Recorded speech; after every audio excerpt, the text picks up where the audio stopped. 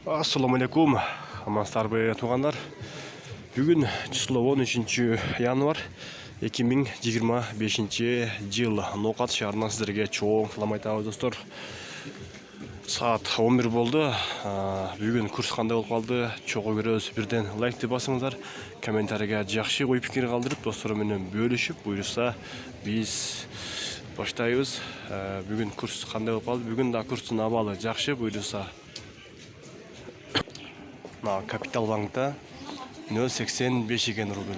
Сатып алу болса 0,87, доллар 87,10, евро 89,20 екен. Байчин банкта 0,85, сатып алу болса 0,87 рубль, ал эми доллар 87,10, евро 88,70. Доллар biraz көтөрүлүп, евро түшүп, рубльдин абалы азыркы абалда орто абалда. Буйрса бирге чыгат деген жакшы үмүттөбүз. Бирге чыгат, буйрса. Акча алмаштыруучу жайлардан 0,845 экен. Рубль сатып алуу болсо 0,87.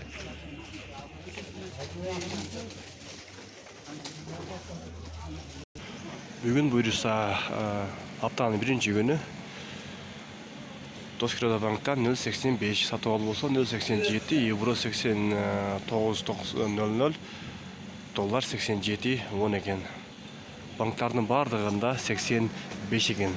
Барыңыздар сак саламатта калыңыздар.